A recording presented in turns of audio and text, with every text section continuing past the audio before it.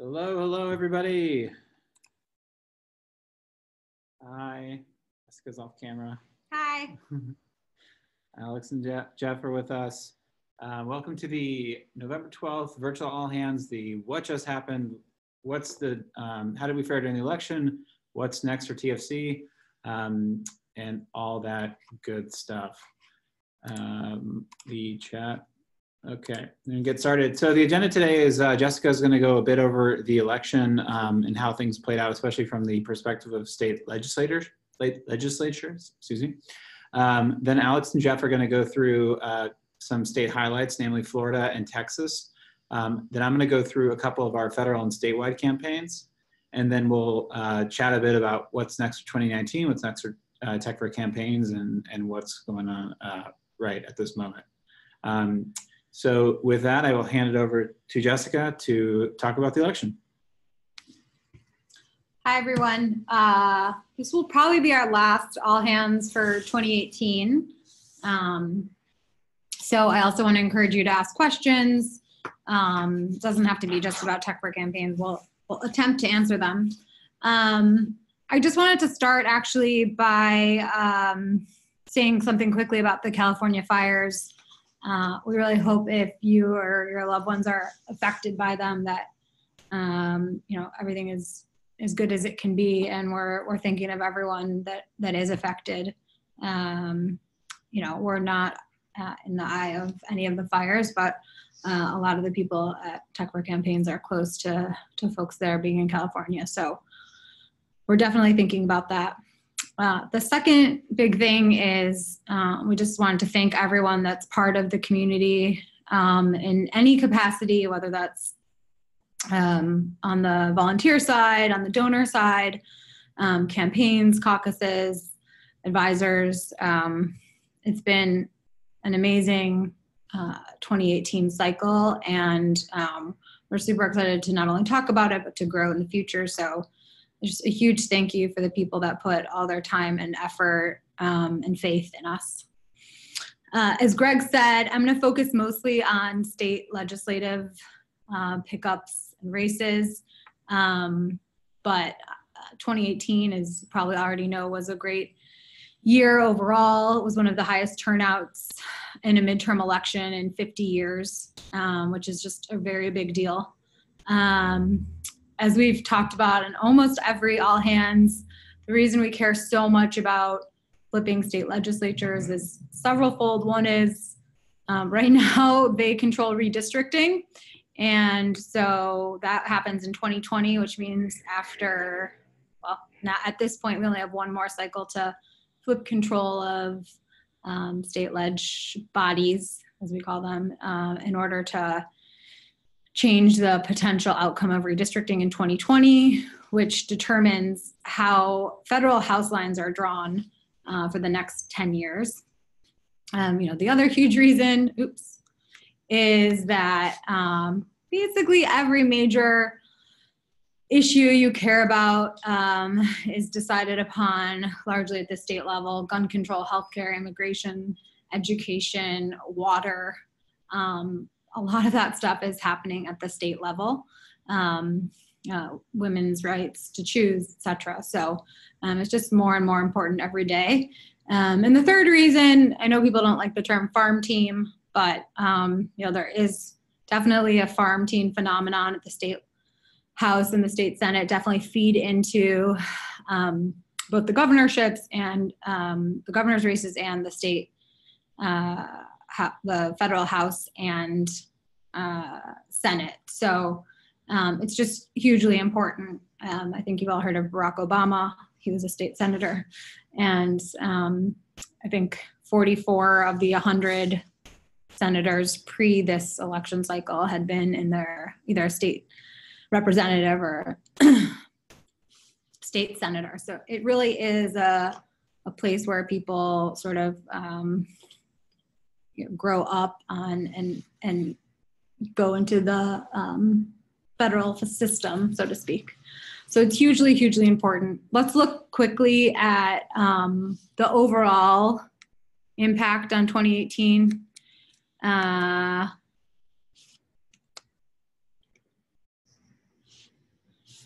So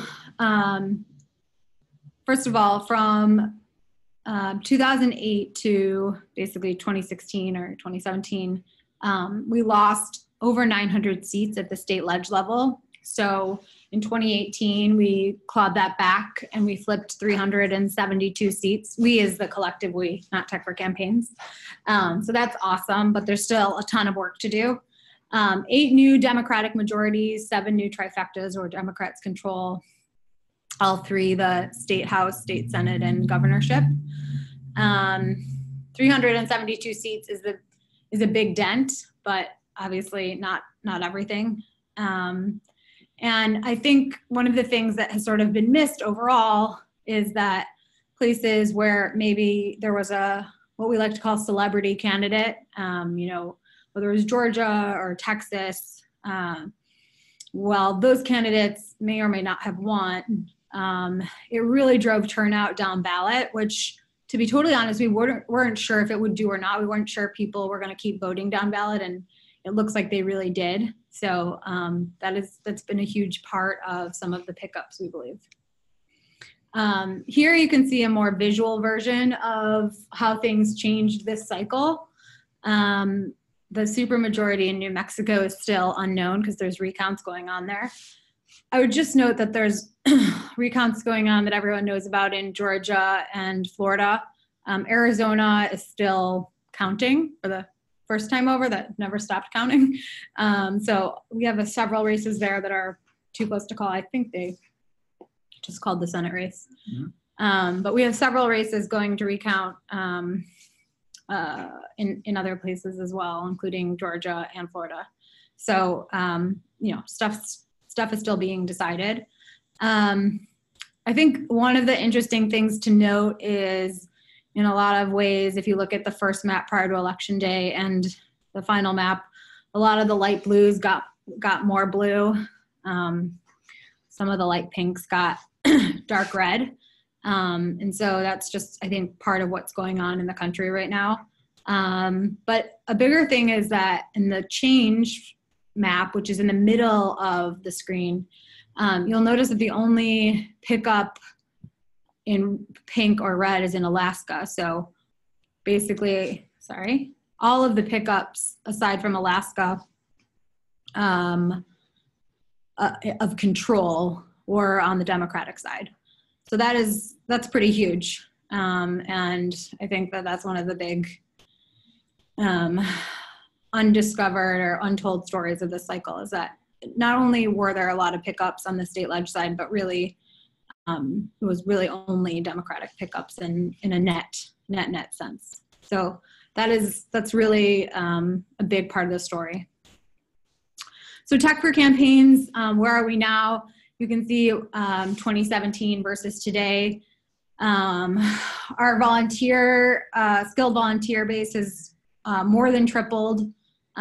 We took on 6.5 times the number of campaigns this cycle and almost 6 times the number of projects.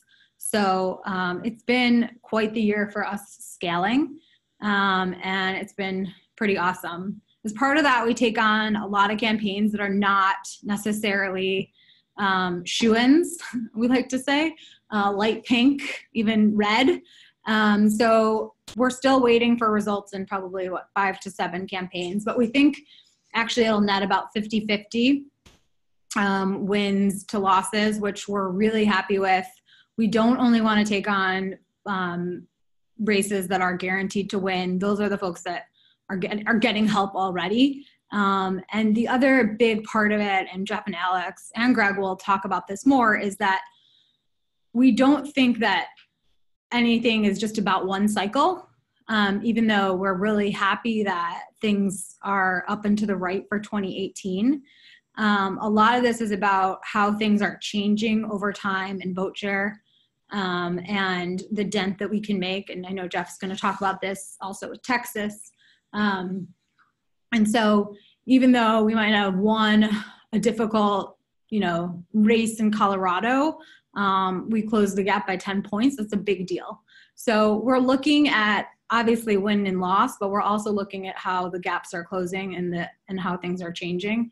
And we've already started to look at that, but we're looking at it more and more as we go into our postmortem mode now. So overall, just huge scaling by the Tech for Campaigns team. They've been just honestly working around the clock and awesome. I cannot thank each and every one of them enough. It's been really amazing to see.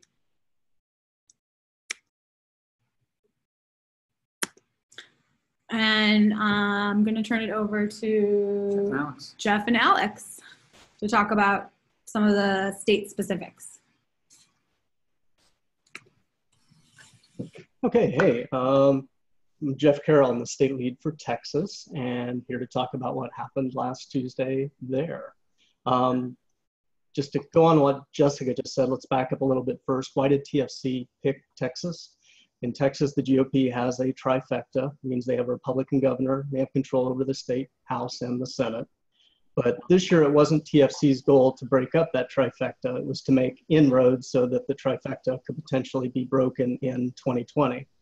And as Jessica mentioned, for all the many reasons, including that in 2020 it'll be critical because that decides who gets to redraw all the state legislative districts in 2022. There are a few more things that made Texas a challenge. It hasn't elected a Democrat to a statewide office in 24 years, since 1994. And depending on how it's judged, Texas is somewhere between the 5th and 7th most gerrymandered state. Again, that's why 2020 elections are so important. And Texas comes in dead last in voter turnout for midterms. At least it did before this year. So during this election, TFC worked with 13 candidates in Texas. In all but one of those races, these were Democrats vying for a seat held by a Republican. For the Texas State House specifically, we helped 9 candidates, and for statewide races, we helped 4 candidates. So as you can kind of see here, the spoiler, how did the Texas Democrats do last Tuesday? Across all Texas House races, whether they were TFC or not, the Democrats flipped a total of 12 seats. TFC worked on 8 of those 12 flipped campaigns. And of those 12 seats that flipped to Dems, 8 of them were women. And TFC worked on 4 of those campaigns. So every Texas House candidate that TFC worked with won their election. What did that mean? It meant that the Republican advantage over Democrats in the Texas State House shrunk from 95 to 55 down to 83 to 67, which set up a better chance to take the House potentially in 2020, or certainly dramatically reduce that majority to a place where the Republicans have to cooperate with the Democrats. We also helped on 4 state level races: governor, lieutenant governor, attorney general, and 1 US House rep. Statewide, the Democratic candidates didn't fare as well. They each lost their race, so Texas still has not elected a Democrat to state office since 1994. But I'll have a but coming up here. And as everybody knows, Beto O'Rourke, lost to Ted Cruz. Beto lost by about 2.6 percentage points, but he came closer to toppling an incumbent Republican senator than anyone in 40 years. And because of that, we saw an effect. It was a demographic shift in Texas, and it was little echo there. And there's what you could call the Beto effect. You can't really, there'll be articles, analysis about this for months to come, how that separates. But we did see a shift. Lupe Valdez lost the governor race to Greg Abbott by double digits, but Mike Collier, who we were working with, lost the governor race by 5%, and Justin Nelson lost the attorney general race by only 4%. In 2014, 4 years ago, the Democrats lost both those races each by about 20%. So that's a huge leap forward. So even though it's a loss, what you're seeing are those inroads that Jessica talked about, the shift in turnout, the shift in demographic that's going to build year over year. And in these Texas State House races, there's a few I also wanted to highlight. You want to go ahead and move forward on the slide. First, we had Terry Meza in Irving, Texas, near Dallas. She ran in 2014, 2016, and 2018 for her State House seat. 2016, she lost in the Democratic primary. The winning Democrat went on to lose to Rodney Anderson, the Republican, by 12.5 percentage points.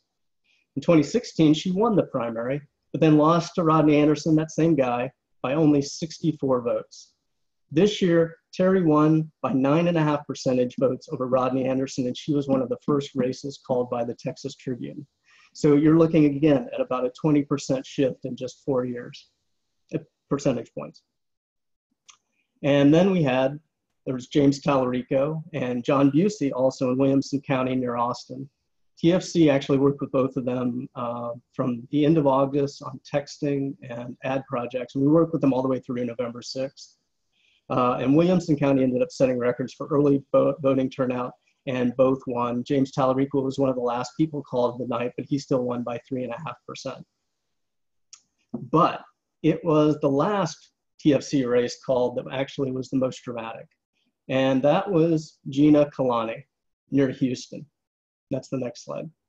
Her race was called on election night for the Republican, but the next morning that call got reversed and she had won by only 49 votes. And you've heard Jessica say it, you've seen our video, every vote mattered, 49 votes. From the first race called to the last race called in Texas and Arizona and Georgia across the US. That's why we do this work. And Texas demonstrates the impact that TFC can have. I mean, we work with candidates, as Jessica said, where our digital operations can help tip the race. When someone like Beto comes along, the celebrity candidate, our digital operations can exploit that advantage. We use Beto in our ads, our texts, our emails. When the candidate had a relationship with Beto, we used pics and events, and we push new voters and low propensity Dems in our copy and creative to turn out for Beto, and then to continue voting down ballot for our candidates. I mean, we can't plan on someone like Beto, but we can have volunteer teams like all of you ready to take advantage when a candidate like that shows up. So thanks for all your help, and thank you from the Texas Democrats. That's it.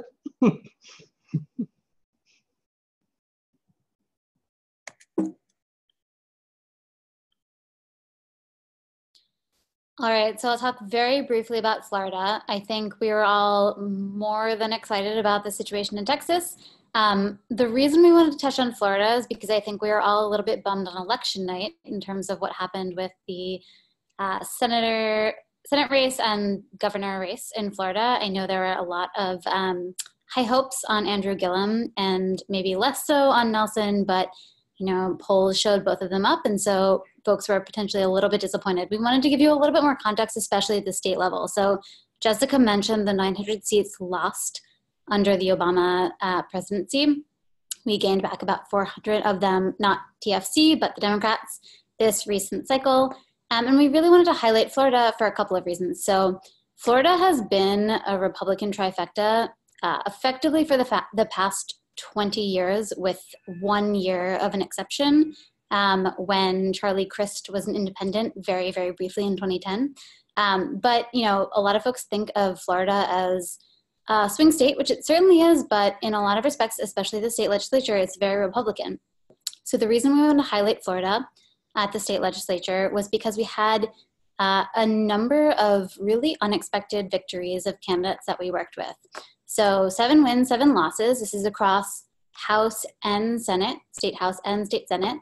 A great night in the State House, especially for female and minority candidates. So I'll talk very briefly about a couple of them. If you could just advance. So Anna Eskamani. Anna ran for State House and won. She is in the district that Pulse nightclub is in. So she had a very strong stance on gun control, had an incredible social media presence. We had teams that have been working, I think, for the past 4 months for Anna. So we ran a social media audit for her. We ran digital advertising for her, and we ran peer-to-peer texting for her. A huge victory for her. She is incredibly passionate, the daughter of Iranian immigrants. So, you know, a really powerful woman in the State House. And then if you advance to the next slide. Cindy Polo, so similarly galvanized by, unfortunately, but galvanized by gun violence in South Florida, ran for State House, One, it was a flipped seat, so both of these seats were held by Republicans and have now been flipped to Democrats. And Fentrice Driscoll, also running for State House. She has a pretty incredible backstory. No one knew how this race was going to go. We had TFC teams running advertising and peer-to-peer texting for her. Total surprise, first flip of the night. And again, both a woman and a minority candidate. So we were really, really proud to highlight her story and really appreciative of all the teams that worked on her candidacy.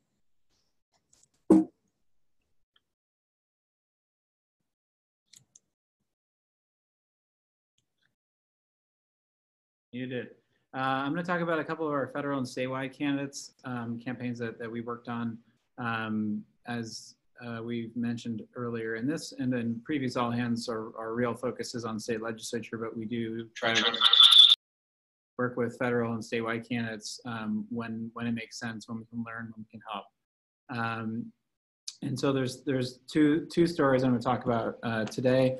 One is Kendra Horn. Kendra Horn just won her election for Oklahoma's 5th congressional district. According to 538, this was the single biggest upset of 2018. If I recall correctly, this is expected to go to Republicans by 10% on average, and has in the past. Kendra is a 5th generation Oklahoman. She's a lawyer. She works in nonprofits in Oklahoma politics, training and supporting women who are running for office and being active in their communities.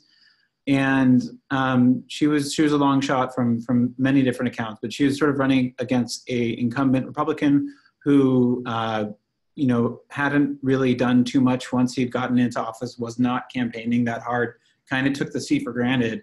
And Kendra came from behind to take it away. We came into the race almost in the last week and a half before the election, or if not the last week. We got in touch with the campaign after sort of seeing some positive early signs. They hadn't been really running digital ads. Kendra was in a primary earlier in the year. They had invested a little bit in digital ads then, but hadn't really gotten the resources or time to do so again. So when we came in, we sort of made it clear how little money can be invested in order to make something effective. And started a campaign within 24 hours of our first conversation with the campaign manager. So we ran digital ads for raising Kendra's name recognition, promoting turnout in both Oklahoma City and the surrounding rural counties. And so for this race, it was really key because the incumbent really doesn't seem to be that bad a guy versus some of the other incumbents that we run against. To really make it about the choice and policy differences between Kendra and the incumbent Steve Russell. So healthcare was big, access to education is big, sort of kitchen table issues. And we sort of rapidly deployed a campaign that was using selfie videos, using sort of authentic photography like we see here, and also sort of the campaign assets to get the name out. And within just those few days reached, I think, close to 200,000 people multiple times. So big thanks to Scott Meyer and Annie, who helped on this campaign and did such a great job. Really quickly, I just want to mention 2 things about this. One is this is the first Democrat in the Oklahoma 5th congressional district seat since 1975, and the first female ever in the seat. So those are 2 big deals. And also, it might not sound like 200,000 people is a lot. It's a ton. Kendra ended up winning by about 3,200 votes total. So it really, at the end of the day, that comes down to turnout. Yeah, and it's to see where people it wasn't listed on anyone's competitive list. Probably wasn't going to make anyone's sort of top priority to get out there and vote. But we made sure to get that message out as far and wide as possible. Another campaign we're going to talk a little about is Dean Phillips in Minnesota. So also running for Congress. He won by a smashing margin. He's an entrepreneur now turned congressman. So Dean worked in his family's liquor business. He imported Belvedere vodka into the U.S. and other brands, built it to really solid, large business. And then he was a founder founding Talante Gelato, growing it into America's largest gelato brand. And so he decided to run for Congress, really sort of same story. Incumbent who was somewhat captive to corporations and other large sort of institutional givers, hasn't really done too much since he's been in office. And Dean came as a really sort of fresh face, tightly in a sort of well-run campaign, and came away with a win. Dean drove this 1956 International Harvester milk truck around the district early in the year while he was in the primary, and started to get his name out. They call it the government repair truck. And his whole, big part of why he's running for office and his his value proposition as a candidate is that he wasn't taking any money from corporate PACs, and was running a 100% grassroots campaign. So TFC, we had talked to his campaign off and on over the beginning of the year, and really our involvement crystallized around helping them with fundraising, since it's for them, since they cannot rely on these big corporate checks, they really have to be able to talk to as many people as possible for fundraising and ask them in the right respectful way.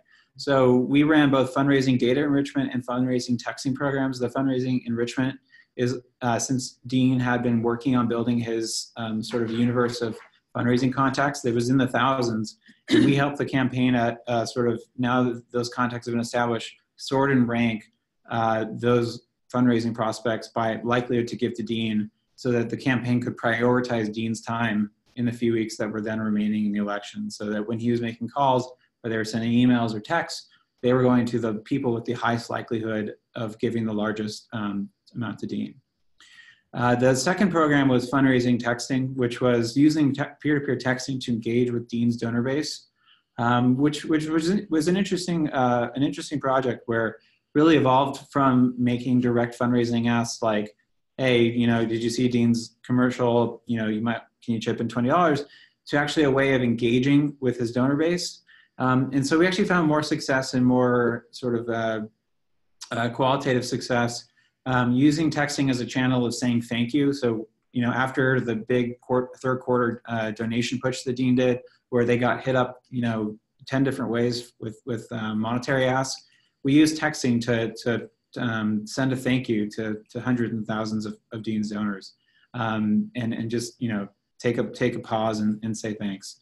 So that proved to be very successful in renewing relationships, getting people to events, and strengthening the overall relationship of Dean's donors with Dean's campaign. So big thank you to the two teams that worked on that, the enrichment data project led by Jonathan Inav, Keith Turner, Zach Shepard, fundraising by Krishna, Anela, Madeline, and Lisa. And so these are just two highlights, but we also worked on a number of really strong grassroots candidates that, although they didn't walk away with the prize, still forced Republicans to show up or forced Republicans to invest, and show their districts that you shouldn't just take it as an assumption that the incumbent will stay that way. So Diane Mitch Bush, Tracy Matrano, Teresa Gasper in Ohio, those are all sort of really strong, often first-time candidates, often, all grassroots driven people that, as TFC is here, that's sort of just the sort of candidate that we are here to help. And so, yeah, that is our federal and statewide highlights. With that, we're going to talk a little bit about what's next for 2019 and what we're doing now. Alex, you want to touch on this? Sure thing. So we touched on this during the last all hands, but the next 2 months are really focused on all of the data that we've been collecting. So as we mentioned last time around, when campaigns end, they sort of dissolve and lose all of their accumulated knowledge and all of their accumulated data.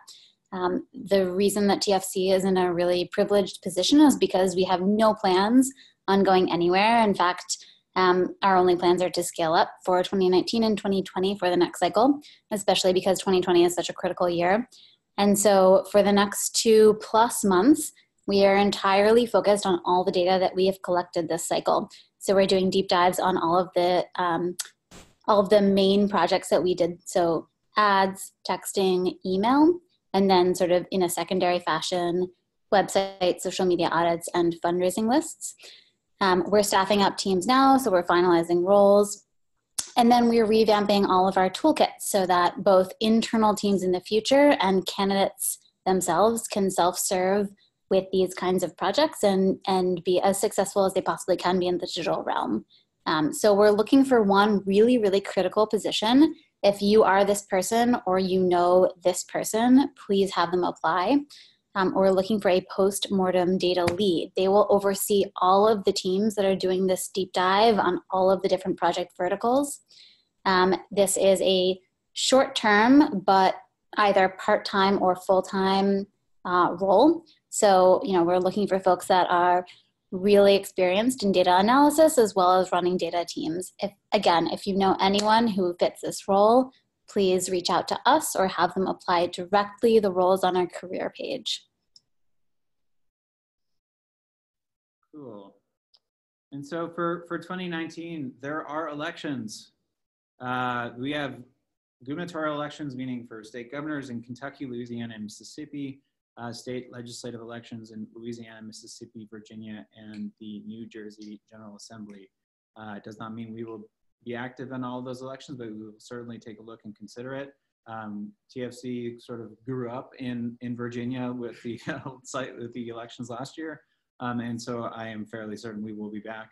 And so that even means that campaigns are starting in the next few months to get websites up, prepare for fundraising, start to do list building for some of those elections, as well as 2020. A lot of the candidates that won this year had been campaigning for almost 2 years, and so some of that foundational work will start soon. And this is also in addition to special elections, candidate training, other things that we can do to help the general ecosystem of Democrats get more and more adept at digital and more facile with this medium. So do not be surprised if you start to see reach out emails from Alex once again in the next few months. And we even have a special election probably coming up in early December in Virginia. So there will be, obviously 2019 is not the same scale of 2020. But there will be some things to do, and we will start helping candidates prepare for 2020 as well.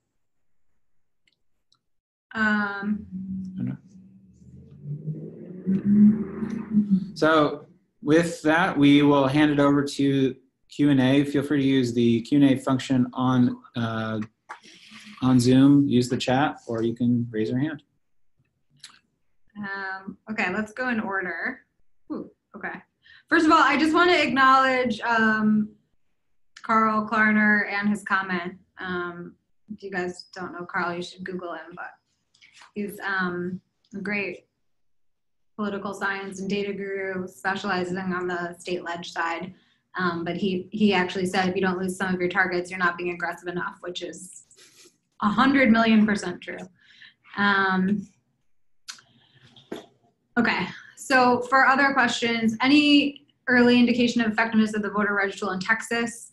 I think the quick answer is there's two big learnings. One is, yeah, it's actually much more effective than we imagined. There's a lot of good success. We rolled it out fairly late. So a key part of that will be rolling it out earlier in the cycle. But it was a great test, and we started to get really good results. So we'll be working on not only using that in Texas again, but in other states, both where there's no online voter registration and where there is, and fashioning it for that. So early results were good, but it's not like we had the effect that Meadow had on voter registration. We're not pretending that, but I think it was a great initial test, super interesting and targeted. You want to switch mics? Yeah. Okay. To anyone who signed up for a campaign and didn't get matched, so I think there's sort of two groups. There's a lot of people who got contacted and didn't get we didn't hear back from you. So I would definitely look at your email / promotions folder / hopefully not spam, but Alex can tell you how many people we actually reached out to, but it's in the several thousands. Also, there's a group of people who volunteered pretty late, and I don't mean that in a bad way, just we literally had every single project staff by October 1st this year.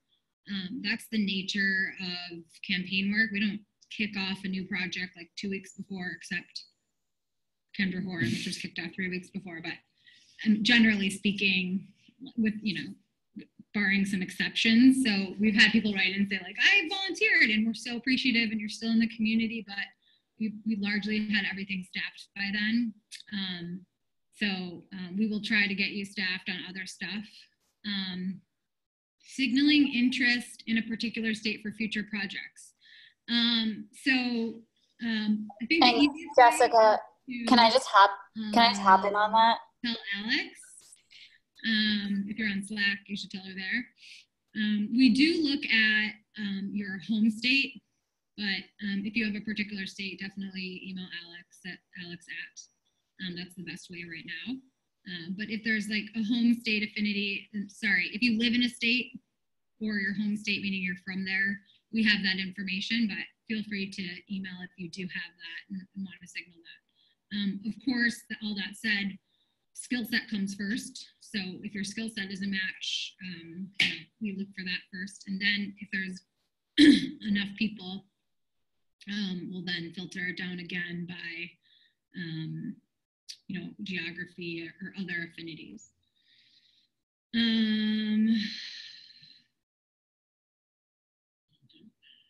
Any thought of continuing to work with Tech for Campaigns candidates who won their election so that they'll be a better place for the next election cycle? Emails, etc.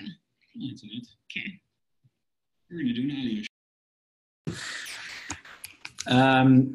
So Matt's question about continuing to work with people who have won their election. It's a good question and something that more candidates should be doing. I think our sort of intuition is a lot of what we do is provide resources to state level candidates who don't have much of them. So in a state house, for instance, the candidate may be only part-time delegate or state house representative, and then go do other things on their on their off season, and may have other people who are helping them but may not. So a lot of the challenges is time in the day of the representative or the candidate to be able to do so. And that may limit sort of what's possible in that area.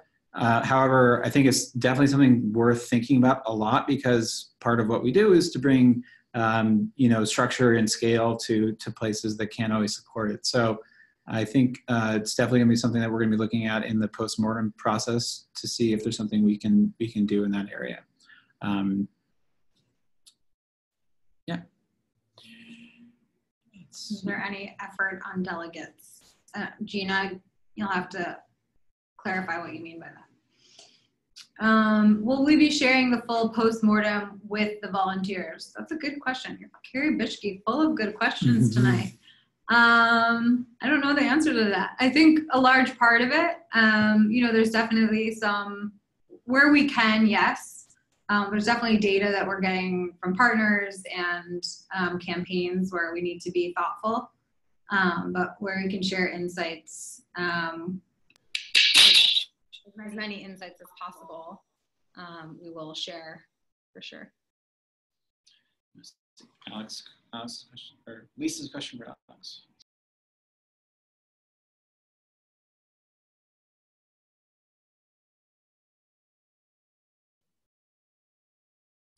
Sorry, what is the question? Lisa says, I'd love to support the postmortem data analysis as an analyst. When will the teams be notified? I've applied via the website, but haven't heard back.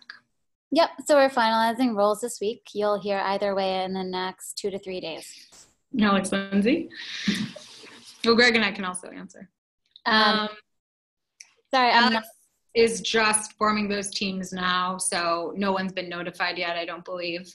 We will hopefully be notifying people in the next week. So Definitely the goal is before Thanksgiving, but ideally by the end of this week. But I don't think anyone's heard back yet. We've just been in reporting mode. So thank you for applying. So I'm going to go over here now. The question about onboarding and playbooks feedback, you should definitely send it, I'm going to say to Alex for now, but we'll probably do some surveys that will collect some more in-depth feedback. Oh, Alex is talking, but we can't hear her. Okay, Technical difficulties. sorry. Go ahead. Can you hear me? Yes. Great. I think your speakers were off. Yes. So, Can't get through one on Just- some sort of audio issue. we love technical difficulties at Tech for Campaigns. So just to hit on a couple of the questions. So if you haven't been chosen for a project, there are a number of reasons. We actually have just a tremendous amount of insanely qualified folks in our database that we cannot match with projects, either because the timing doesn't work out, the skill set doesn't work out, or there are a number of other variables that we match on and it just doesn't work out. So in addition to the 2 different factors that Jessica mentioned, I'd say also just don't get down on it.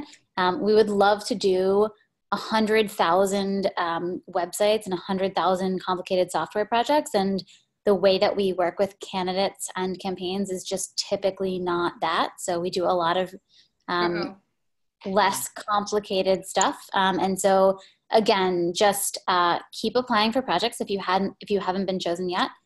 We will reach out if we find a skill set. If you have applied like 10 times and haven't heard back, feel free to email me directly at alex@techforcampaigns.org. And yes, the postmortem teams are going to be finalized this week. So you'll hear either in the next day or 1 to 3 days about the postmortem. And we will let you know whether or not you've been selected for a team. Great. Thanks, Alex. Okay.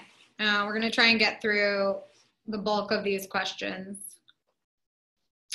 I see Carl is answering some, so we'll stay away from those. One other thing to mention is we have a team that has been modeling out the races, and we'll have an update hopefully in the next week from that team on how our model performed, compared to the outcomes and what we're changing in the future. So that'll be going, a V1 of that will be going out hopefully before Thanksgiving, and then there'll be ongoing learnings that we'll get from that team. So Reese's question about milestones towards 2020.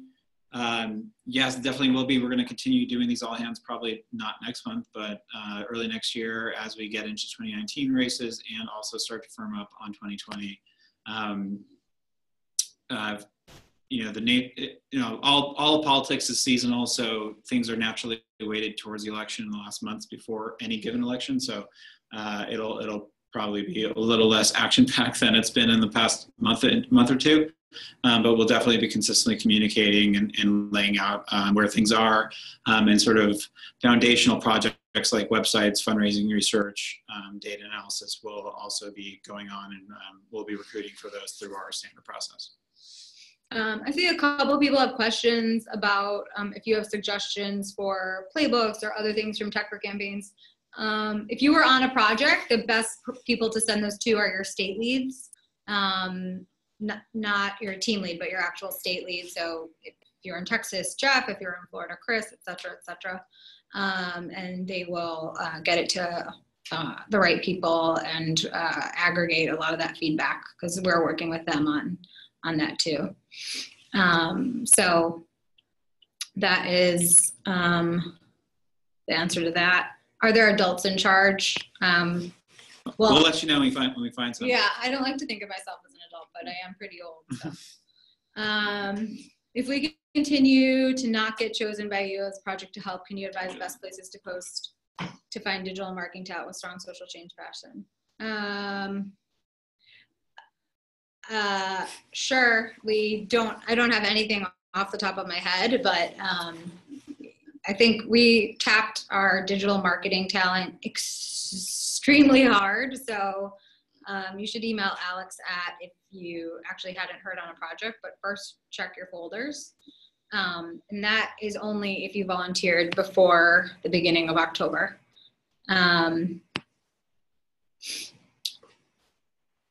Would it be worthwhile to summarize the playbooks by project type? Suggestions on the effective tactics for peer-to-peer texting. I'm not totally sure what that means. We do a playbook for digital ads, email, for texting, for websites, and we'll be one around data probably as well. It has in it effective tactics and ineffective tactics, actually, which is probably the most valuable thing, and benchmarks, etc. So that's what playbooks have in them. We already, to be super clear, have versions of these playbooks, and all of the volunteers had access to them that ran these projects. We're just saying that we have so much more data now that we're updating them.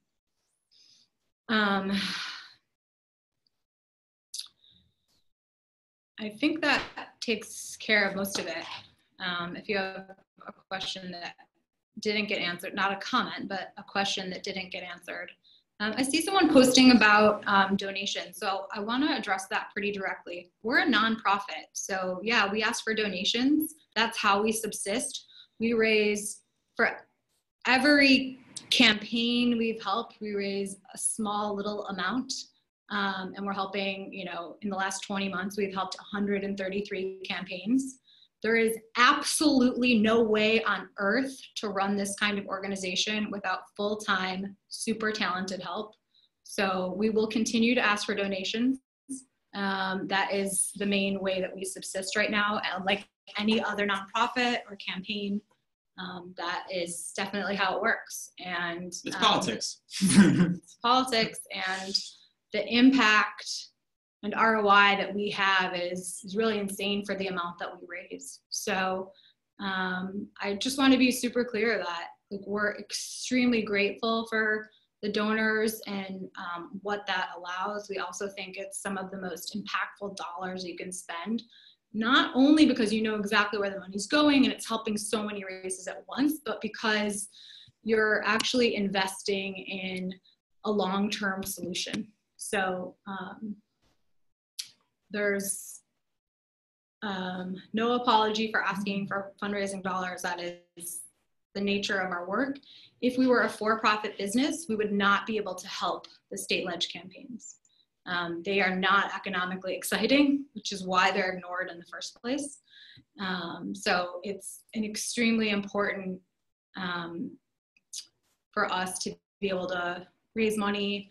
We have a set of donors that we're super proud, and a lot of overlap in our donors and our volunteers, which is just a really special part of the community for us. So one question, probably make this the last question from Keith. Seems like a lot of campaigns needed data scientists to help with their ad campaigns and social media campaigns. Are there similar needs amongst projects? Could we create a software platform that could use multiple campaigns? So that sort of line of thinking is absolutely true. We will be looking at that in sort of this quote unquote semi-off season, and that's sort of part of the playbook. You know, a lot of times it's hard to automate for various reasons because the data is very differently formatted, or that the individual data sets are relatively sparse or small in what we do. But in terms of the basic steps that we can take to automate parts of the pipeline, is definitely something that we're very interested in and will be working on. You've already seen on these texting projects some of the volunteers collaborating on a shared data science pipeline to make sure there's sort of one robust and well-documented way of conducting analysis that if maybe isn't fully automated, still cuts out a few of the first steps.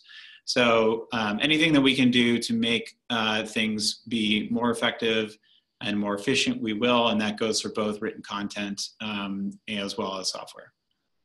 I also saw. I will also say that we have partnerships with a lot of the companies that we, for the tools that we use. And so we don't want to sort of jump the ship and try and build a lesser version of software that they may have on their roadmap in the near to medium term.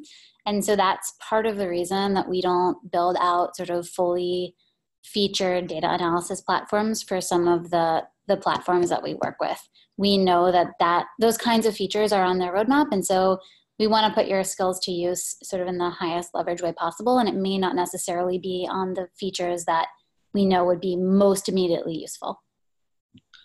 I also saw a question from Annie, and sorry we missed it before, about if you're on a project and you want to be on another one. Nothing specific you need to do at all. You can certainly ping, you know, any of us in Slack and let us know again, but nothing required to do at all. There will be a lag, aside from a bunch of the postmortem work and some of the special elections coming up. There won't be very many campaigns for the next 2 to 3 months. Yeah. All right, everybody. Thank you so much for attending. Thank you to all of our volunteers, all of our donors, and everyone who works here. Hope this was insightful and useful. If it was or wasn't, let me know. And Thank have a you good to night. everyone. Good night.